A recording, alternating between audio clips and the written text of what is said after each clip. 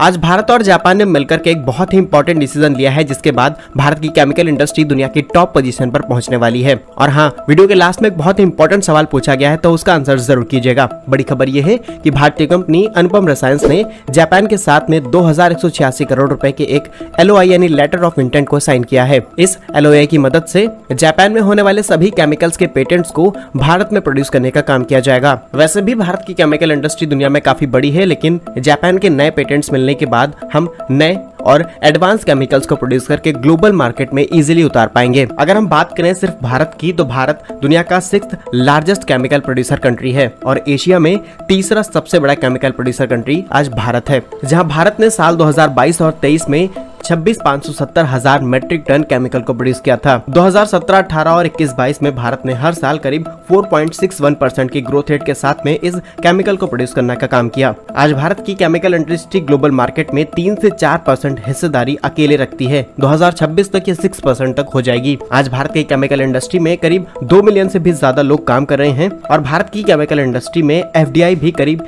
$20 billion की है। ये पूरी इन्वेस्टमेंट साल 2000 से लेकर के 2022 तक के बीच की है। वही बात की जाए भारत और जापान के रिलेशन की, तो 2000 से लेकर के 2023 के बीच में जापान ने भारत के अंदर करीब $38.7 बिलियन की इन्वेस्टमेंट की है। आज भारत में 1440 से भी ज्यादा जापानीज कंपनी एक्टिवली काम कर रही हैं और 2019 में भारत के अंदर जापानीज इन्वेस्टमेंट करीब $32 बिलियन तक पहुंच चुका था, जहां पर मेनली इन्वेस्टमेंट की गई थी automobile, electrical equipments, telecommunication and chemical sector में। तो इस हिसाब से जापान ऑलरेडी भारत के केमिकल सेक्टर को काफी ज्यादा इंपॉर्टेंस देता है। तो इन पेटेंट्स की मदद से हम इंटरनेशनल मार्केट के लिए कई मल्टीपल और नए केमिकल्स प्रोड्यूस कर पाएंगे। और अब फाइनली बात करते हैं अनुपम रसायंस के बारे में। तो आज कंपनी भारत की लीडिंग कंपनी है। भारत के अंदर 6 से भी ज्यादा प्रोडक्शन प्लांट है, जहां पर कंपनी अलग अलग केमिकल्स को प्रोड्यूस करने का काम करती है। कुछ समय पहले ही कंपनी ने करीब 1500 करोड़ रुपए के LOIs को जापानीज कंपनीज के साथ में साइन किया था। वहीं अनुपम रसायंस ने 380 करोड़ रुपए के एक अमेरिकन MNC कंपनी के साथ में फ्लोरिनेटेड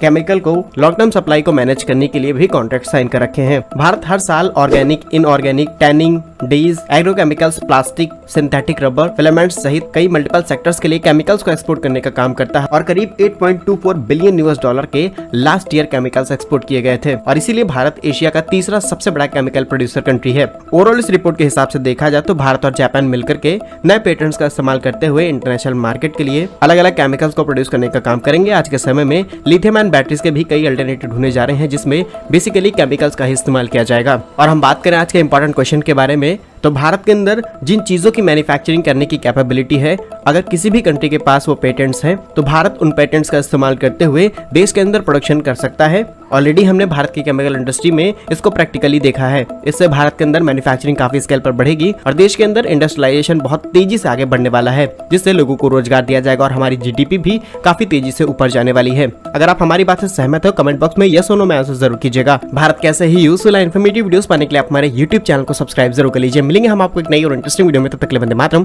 भारत माता की जय।